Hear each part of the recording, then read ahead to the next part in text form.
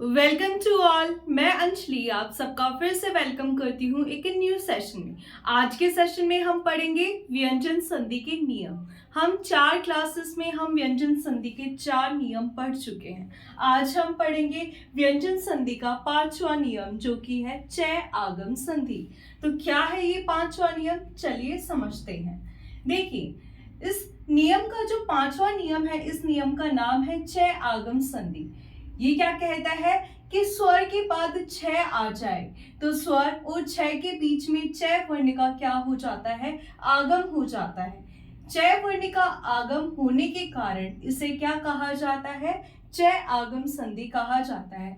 वापिस देखिए कि स्वर के बाद क्या आ जाए, छय आ जाए तो स्वर और छय के बीच में चय वर्ण का आगम हो जाता है, क्योंकि आगम किसका हुआ है, चय वर्ण का हुआ है। चय वर्ण के आगम के कारण ही इसका नाम क्या पड़ गया, चय आगम संधि पड़ गया। ठीक है, ये एग्जाम्पल्स मैं आपको कराती हूँ और ये वाले एग्जाम्पल्स आपको करने हैं एज अ प्रैक्टिस, ताकि आपकी अंडरस्टैंडिंग और बेटर हो। ठीक है, देखिए फर्स्ट जो एग्जाम्पल की चय वर्ण का किस तरीके से आगम होता है उसे समझते हैं एग्जाम्पल्स के थ्रू। तो पहला एग्जाम्पल्स आता है विच्छेद। विच्छेद यानी कि क्या होता है, अलग करना। विच्छेद किसे कहा जाता है, अलग करने को कहा जाता है। देखिए विच्छेद को देखते ही आपको पता चल रहा है कि इसमें क्या हुआ है, चय वर्ण का आगम हुआ है। और चय वर्ण का आगम कब होता है, जब स्वर के बाद छय आ जाए तो स्वर और छय के बीच में क्या हो जाएगा, चय का आगम हो जाएगा। इस चय से पहले देखोगे तो आपको ई दिख रहा है, ई क्या है, स्वर। उसके बाद देखोगे तो छय, यानी कि ये कैसे होगा इसका संधि विच्छेद, वी धन में छेद। ठीक है, वी धन में छेद। अब वी यानी कि स्वर, स्वर के बाद छय आ जाए तो स्वर और छय के बीच में चय वर्ण का आगम होता है। कभी भी आगम होगा तो कैसा होता है, अधूरा होता है। जब इसको मिला के लिखेंगे तो ये बन जाएगा क्या, विच्छेद। तो समझ में आया, यानी कि वी में क्या है, स्वर है, स्वर के बाद क्या आ गया, छय आ गया। तो इस स्वर और इस छय के बीच में चय वर्ण का आगम हो गया और इसे मिला के लिखा तो क्या क्या हो गया, ये विच्छेद हो गया। विच्छेद यानी कि अलग करना होता है। दूसरा देखिए दूसरा जो एग्जाम्पल है वो है अनुच्छेद। अनुच्छेद की बात करते हैं। अनुच्छेद को देख के कैसे पता चलेगा कि इसमें कौन सी व्यंजन संधि है, तो आपको दिख रहा है चय। चय कब आता है, जब स्वर के बाद छय आ जाए तो उन स्वर और छय वर्ण के बीच में चय का आगम हो जाता है। तो हमें बीच में क्या दिखा, चय दिखा।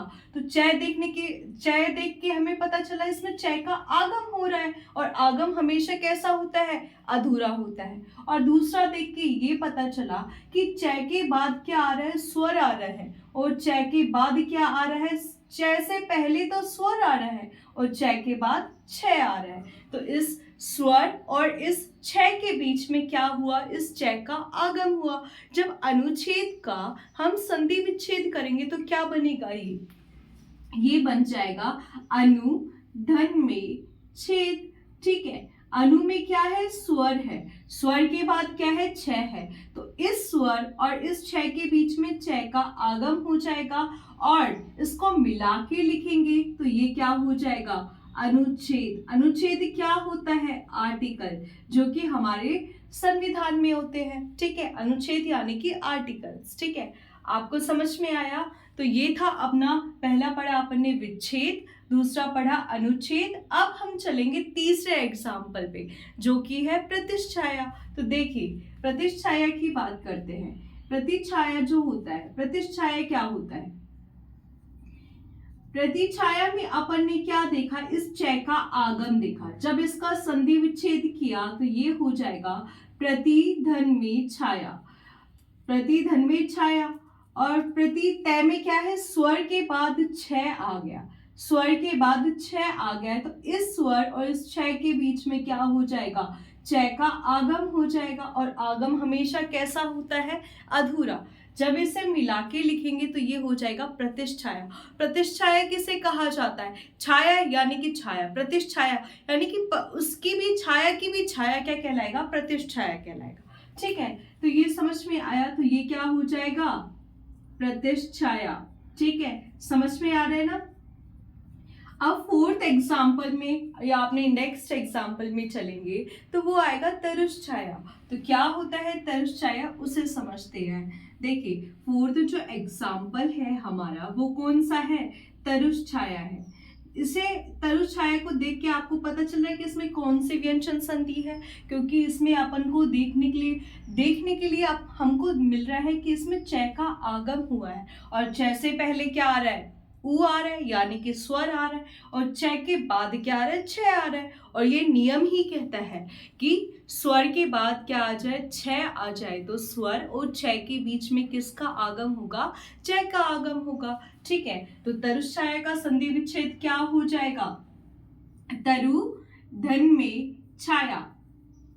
अब स्वर के बाद छह वर्ण आया, तो स्वर और इस छह वर्ण के बीच में च का आगम हो गया, और जब इसे मिला के लिखेंगे तो ये हो जाएगा तरुश्छाया। तरुश्छाया किसे कहा जाता है, तरु यानी कि होता है पेड़, तरु यानी कि क्या होता है, पेड़ होता है, और छाया यानी कि उसकी छाया, पेड़ की छाया को ही क्या कहा जाएगा, तरुश्छाया कहा जाएगा, तरुश्छाया कहा जाएगा। और क्या कह सकते हैं हम तरुश्छाया को, वृक्ष छाया भी कह सकते हैं। ठीक है, तो और आपकी प्रैक्टिस में देखोगे हमने वृक्ष छाया भी दी है। वृक्ष छाया का मतलब ही क्या होता है, पेड़ की छाया। ठीक है, तो ये हो गया अपना 4 एग्जाम्पल। एक एग्जाम्पल और है, वो है 5th एग्जाम्पल, जो कि है पितृछाया। पितृछाया, ठीक है, पितृछाया। अब अपन को क्या देखने के लिए मिल रहा है, च वर्ण देखने के लिए मिल रहा है। च से पहले स्वर है, च के बाद छ है। जब इसका संधि विच्छेद करेंगे तो ये हो जाएगा पितृ धन में छाया। ठीक है, अब देखिए पितृ धन में छाया, तो ये स्वर के बाद छ वर्ण आ गया, तो इस स्वर और इस छ वर्ण के बीच में किसका आगम होगा, च का आगम होगा। और आगम हमेशा कैसा होता है, अधूरा होता है, और इसे जब मिला के लिखेंगे तो ये क्या बन जाएगा, पितृछाया।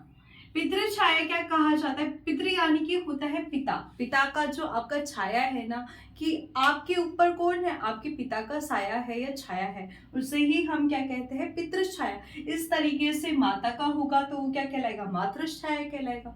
ठीक है, तो ये एग्जाम्पल्स थे अपने, किसके एग्जाम्पल है, कि च आगम संधि के एग्जाम्पल। एक बार आप इसे देखिए और इन्हें नोट डाउन कीजिए, इन्हें आपको प्रैक्टिस के रूप में करना है। ठीक है, तो देखिए इसे,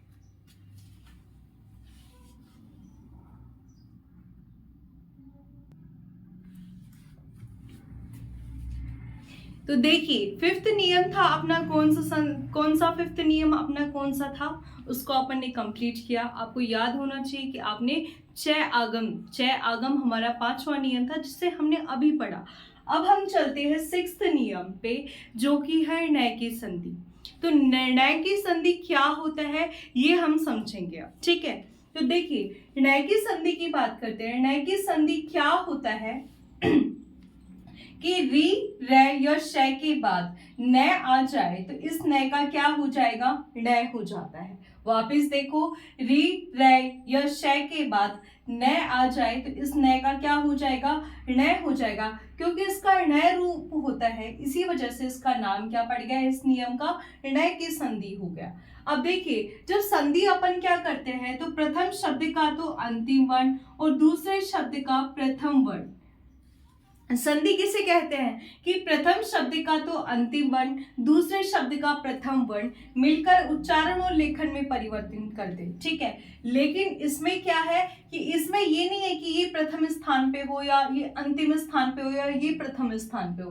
कहीं पे भी आपको री रे या श के बाद कहीं पे भी न दिख जाएगा तो इस न का न हो जाएगा। यानी कि अगर न री रे या श आ रहा है पहले शब्द में और दूसरे वाले में न जो है वो बीच में है, प्रारंभ में नहीं है, तो इस न का क्या हो जाएगा, न हो जाएगा। ठीक है, यानी कि कहीं पे भी री रे या श के बाद आपको न दिख जाएगा तो उस न का क्या हो जाएगा, न हो जाएगा। ठीक है, अब समझते हैं इसके कुछ एग्जाम्पल्स के थ्रू कि किस तरीके से री रे या शय के बाद न आ जाए तो उस न का क्या हो जाता है, ऋण हो जाता है। तो अब समझते हैं। देखिए फर्स्ट एग्जाम्पल है ऋण, ठीक है।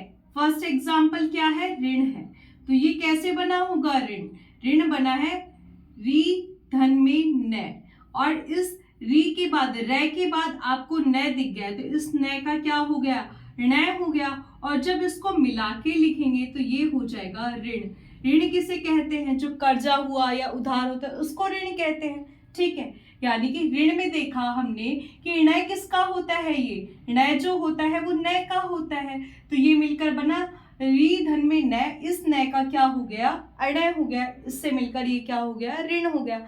जैसे ऋण है वैसे ही क्या बनेगा, तृण बनेगा। तो तृण को बना के देखते हैं। तृण की बात करते हैं तो कैसे बना होगा तृण, त्रिधन में न, त्रिधन में न, और इस न का क्या हो जाएगा, न हो जाएगा, ठीक है। जब इसको मिला के लिखेंगे ये हो जाएगा तृण। और तृण यानी कि क्या होता है, तृण यानी कि होता है तिनका, ठीक है। तृण किसे कहा जाता है, तिनके को कहा जाता है। जैसे तृण है वैसे ही क्या बनेगा, कृष्णा बनेगा। कृष्णा की बात करते हैं। कृष्णा, ये स अधूरा है तो ये कैसे होगा, कृष, कृष धन में ना।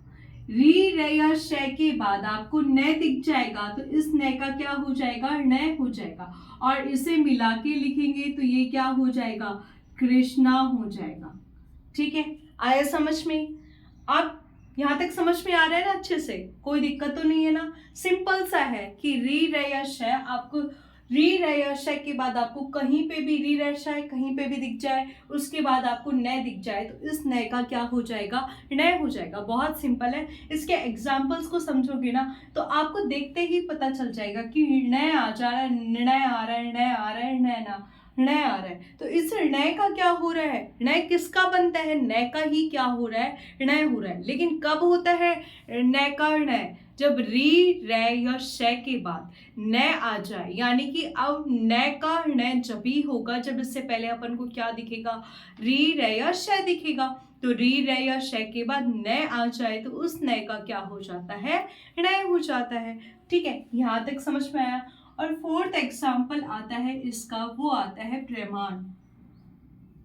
प्रमाण, तो ये कैसे बनेगा, प्रमाण जो होता है प्र धन में मान, प्र धन में मान। अब इसमें आप देखोगे तो न जो है वो बाद में है, पहले थोड़ी ना है। लेकिन कहीं पे भी आए कि र के बाद न आ जाए तो इस न का क्या हो जाएगा, न, और इसको मिला के लिखा तो ये हो जाएगा प्रमाण। प्रमाण किसे कहा जाता है, सबूत को कहा जाता है, ठीक है। यहां तक समझ में आया। फिर नेक्स्ट आता है और फिफ्थ एग्जाम्पल, वो आता है परिणाम। परिणाम की बात करते हैं। देखो परिणाम, तो ये कैसे बनेगा, ये बनेगा परि धन में नाम, रे के बाद आपको न दिखा। जैसे ही रे के बाद आपको न दिखा तो उस न का क्या कर दीजिए, री रे या श के बाद कहीं पे भी आपको न दिखता है तो उस न का क्या कर दीजिए, ण कर दीजिए। तो रे के बाद आपको न दिखा, इस न का क्या हो गया, ण होगा। और इसे मिला के लिखा तो ये हो जाएगा परिणाम। परिणाम किसे कहा जाता है, परिणाम कहा जाता है रिजल्ट को, ठीक है, जो अंतिम परिणाम निकलता है। एक होता है परिमाण, एक होता है परिणाम। परिणाम यानी कि होता है रिजल्ट, नतीजा, ठीक है। एक होता है परिमाण, परिमाण यानी कि होता है मात्रा, ठीक है। तो मात्रा परिमाण होता है, जो नतीजा होता है वो क्या होता है, परिणाम होता है। एक और सबसे इंपॉर्टेंट है इसमें कि आपसे क्वेश्चन पूछा जाएगा कि रामायण शब्द में कौन सी संधि है। आपसे ये जनरली ये क्वेश्चन आता ही आता है कि रामायण शब्द में कौन सी संधि है। तो देखिए रामायण शब्द में टोटल कितनी संधि है, रामायण शब्द में 3 संधि है। 3 संधि कैसे है, 3 संधि इस तरीके से, ये मिलकर बनी है राम धन में आयन, राम धन में आयन, ठीक है। रामायण शब्द में 3 संधि है। रामायण शब्द में 3 संधि किस तरीके से है, तो ये पहली संधि को समझते हैं। पहला है राम जो है वो मिलकर बना है, राम धन में अयन से मिलकर बना है। ए के बाद समान स्वर ए ही आ जाए। अपन ने दीर्घ स्वर संधि पढ़ा था। दीर्घ स्वर संधि में हमने क्या पढ़ा था कि ए के बाद ए या आ के बाद समान स्वर ए या आ ही आ जाए तो उसका दीर्घ आ हो जाता है। ई या ई के बाद समान स्वर ई या ई आ जाए तो दीर्घ ई हो जाता है। उ या उ के बाद समान स्वर उ या उ आ जाए तो उसका दीर्घ उ हो जाता है। दीर्घ आ, दीर्घ ई, दीर्घ उ, दीर्घ रूप मिलने के कारण इस संधि का नाम क्या था? दीर्घ स्वर संधि। तो राम में क्या आ रहा है? ए आ रहा है। ए जब समान स्वर ऐसे मिलेगा तो क्या हो जाएगा? दीर्घ आ हो जाएगा। और इस न का क्या हो जाता है? न हो जाता है। और इसे मिला के लिखेंगे तो ये हो जाएगा रामायण। तो इसमें कौन सी संधि आ गई? पहली संधि आई अपनी दीर्घ। ठीक है, पहली संधि कौन सी आई? दीर्घ आई। और दूसरी अभी हमने पढ़ा व्यंजन संधि कि राम धन में अयन, राम धन में अयन। ठीक है, इस न का क्या हो गया? न हो गया। तो दूसरी संधि कौन सी आई अपनी? रामायण में व्यंजन आई कि न का न हो गया। और न का न कब होता है? री या श के बाद न आ जाए तो उसका न कब होता है? व्यंजन संधि में। तो दूसरे में कौन सी हो जाएगी अपनी? व्यंजन हो जाएगी। और अपन ने कहा रामायण शब्द में 3 संधि होती है। पहली अपन ने समझा दीर्घ होती है, दूसरी अपन ने पढ़ा व्यंजन होती है। तो तीसरी कौन सी संधि होती है? तीसरी होती है अयादी संधि। कैसे अयादी संधि कैसे होगी? तो देखो, राम है धन में क्या हो जाएगा? रामे में देखो, रामे है धन में अयन नहीं, राम है धन में न, राम है धन में न। ठीक है, अब ए आ रहा है और अपन ने अयादी स्वर संधि में पढ़ा था ए ओ, इसके बाद क्या आ जाए? असमान स्वर आ जाए तो इस ए का क्या हो जाता है? आय हो जाता है। क्या हो जाता है? आय हो जाता है। ठीक है, आय हो जाएगा और यहाँ पे न नहीं अयन आएगा क्योंकि इसको संधि विच्छेद करके देखिए आप।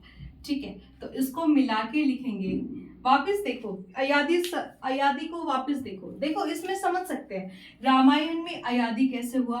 राम है धन में अयन। ठीक है, ए के बाद जब असमान स्वर आ जाए तो इस ए का क्या हो जाएगा? आय हो जाएगा। तो राम कैसा हो गया? अधूरा हो गया। फिर आय आया, फिर क्या आया? अयन आया।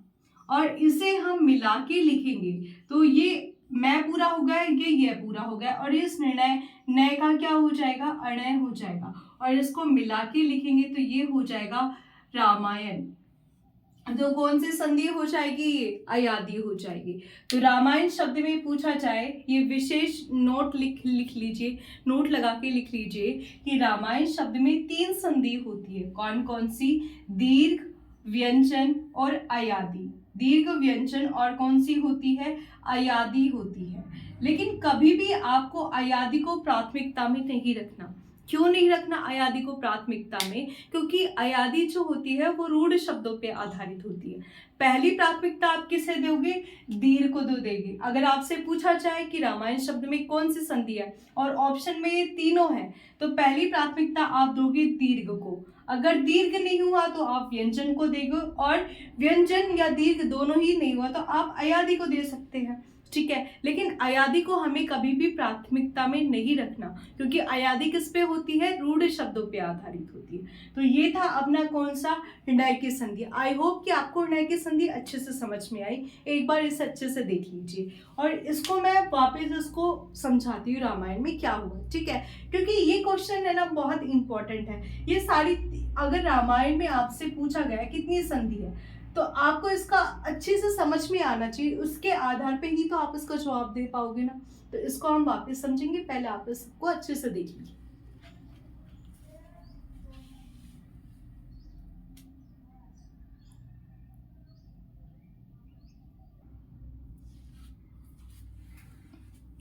तो देखिए अपना छठा नियम चल रहा था णय की संधि। णय की संधि को हमने बहुत विस्तार से समझा क्या होता है णय की संधि? री, रे या श के बाद कहीं पे भी आपको न दिख जाए तो उस न का क्या हो जाएगा? णय हो जाएगा। कहीं पे भी री, रे या श के बाद आपको न दिख जाता है तो उस न का क्या हो जाएगा? णय हो जाएगा। ये था अपना कौन सी? णय की संधि। तो इसका एक एग्जाम्पल था रामायण शब्द में। आपसे पूछा जाता है सवाल कि रामायण शब्द में कौन सी संधि है, रामायण शब्द में कौन सी संधि है, या ये पूछा जा सकता है कि रामायण शब्द में कौन कौन सी संधि है। तो इसे बहुत ही विस्तार से समझेंगे कि रामायण शब्द में कौन कौन सी संधि है। तो देखिए, रामायण शब्द में जो पहली संधि आती है वो आती है दीर्घ। रामायण शब्द में पहली संधि दीर्घ कैसे आती है, इसे समझते हैं। देखिए, रामायण जो होता है वो मिलकर बना है कैसे? राम धन में अयन से मिलकर बना है। राम धन में अयन से मिलकर बना है। रामायण किससे मिलकर बना है? राम धन में अयन। और दीर्घ स्वर संधि हमने पढ़ा था, जब ए या आ के बाद समान स्वर ए या आ ही आ जाए तो उसका कौन सा रूप हो जाता है? दीर्घ रूप हो जाता है। और दीर्घ रूप कौन सा हो जाएगा? आ। ए या आ के बाद समान स्वर ए या आ जाए, ए या आ ही आ जाए तो इसका दीर्घ रूप हो जाएगा। तो दीर्घ रूप कौन सा होगा? इसका दीर्घ रूप होगा आ। और इस न का क्या हो जाएगा? न। जब इसे मिला के लिखा तो ये हो गया अपना रामायण। तो ये पहला रामायण शब्द में कौन सी संधि आ गई? अपनी दीर्घ आ गई। ठीक है। दीर्घ के बाद अपन ने अभी पढ़ा व्यंजन संधि। दूसरी रामायण शब्द में कौन सी संधि होती है? व्यंजन। व्यंजन हमने अभी पढ़ा कि री, रे या श के बाद क्या आ जाए? न आ जाए तो उस न का क्या हो जाता है? णय हो जाता है। ठीक है। अब देखो, यहाँ पे भी तो अपन ने न का णय किया है, लेकिन आप ये तो रूल है कि न कहीं पे भी आ जाए री, रे या श के बाद न का णय हो गया, लेकिन इसमें दीर्घ भी तो हो रही है ना, कि राम में ए आ रहा है और ऐसे मिला तो दीर्घ आ हो गया। दीर्घ आ होने के कारण इसे दीर्घ बोल दिया। ठीक है। तो दीर्घ संधि हो गई पहले रामायण शब्द में। दूसरा आता है व्यंजन। व्यंजन का रूल अभी हम पढ़ रहे हैं कि री, रे या श के बाद क्या आ जाए? न आ जाए तो उस न का क्या हो जाता है? णय हो जाता है। तो ये क्या हो जाएगा? राम धन में अयन। राम धन में अयन। राम धन में अयन। अब रे के बाद आपको कहीं पे भी न दिख जाए तो इस न का क्या हो जाएगा? णय हो जाएगा। और इसे मिला के लिखा तो ये हो गया रामायण। तो रामायण में कौन सी संधि और हो गई? दूसरी। रामायण में हो गई व्यंजन। ठीक है। अब तीसरी एक होती है रामायण में दीर्घ होती है, दूसरी होती है व्यंजन, और तीसरी कौन सी होगी? अयादी होगी। तीसरी व्यंजन संधि कौन सी होगी? इसमें अयादी हो गया। अयादी होगी। अयादी कैसे होगी? अयादी इसलिए होगी क्योंकि ये मिलकर बना है राम है धन में अन से मिलकर बना है। शायद पहले अपन ने अयन कर दिया था, है ना? अयन कर दिया था राम धन में अयन, तो आप उसको अन कर लीजिएगा। ठीक है। तो क्योंकि लिखते टाइम मैंने शायद अयन लिख दिया था, मुझे एकदम से अब याद आ रहा है, तो अब इसको समझो। ठीक है। अयादी रामायण शब्द में तीसरी संधि अयादी भी होती है। कैसे? क्योंकि अयादी में क्या होता है? ये मिलकर बना है राम है धन में अन से मिलकर बना है, और राम में क्या आ रहा है? ए आ रहा है, और इस ए का क्या हो जाता है? आय हो जाता है। अयादी स्वर संधि पढ़ा था तो अपन ने पढ़ा था, क्या पढ़ा था हमने? कि ए आय ओ और औ के बाद कोई असमान स्वर आ जाए या स्वर आ जाए तो उस ए का तो अय हो जाता है, अय का आय हो जाता है, ओ का अव हो जाता है, और औ का क्या हो जाता है? आव हो जाता है। ठीक है। तो ए का क्या हो जाएगा? आय हो जाएगा। तो यहाँ पे ये हो गया स्वर रहित। स्वर रहित हो जाएगा तो ये हो जाएगा राम। ठीक है। और ये हो जाएगा आय। ठीक है। और न का क्या हो जाएगा? णय हो जाएगा। ठीक है। जब इसे और धन में क्या हो जाएगा? ठीक है। न का तो णय कर देंगे और इसे मिला के लिखेंगे तो मैं पूरा हो गया तो रा, और ये रा मा पूरा हो गया, और ये और न का क्या हो गया? अणय हो गया। इस न का क्या हो गया? अणय हो गया। इसलिए कौन सा हो जाएगा रामायण शब्द में? अयादी भी हो जाएगा। ठीक है। तो ये था अपना कि रामायण शब्द में कितनी संधि होती है। रामायण शब्द में 3 संधि होती है। कौन कौन सी? दीर्घ स्वर संधि भी होती है, व्यंजन भी होती है और एक अयादी भी होती है। हमें हमेशा प्राथमिकता में किसे रखना है? दीर्घ को रखना है। दीर्घ नहीं हुआ तो आप व्यंजन कर सकते हो, और दीर्घ और व्यंजन दोनों ही नहीं हुआ तब आप अयादी कर सकते हो। अयादी को कभी भी प्राथमिकता में नहीं रखना। क्यों नहीं रखना? क्योंकि अयादी जो होता है वो रूढ़ शब्दों पे आधारित होता है। ठीक है, तो ये अपना छठा नियम जो आज हमने पढ़ा, आज अपन ने पढ़ा वो कौन सा था? नय की संधि। कल हम फिर से अगले नियम को समझेंगे उसी एनर्जी और उसी जोश के साथ। So thank you so much.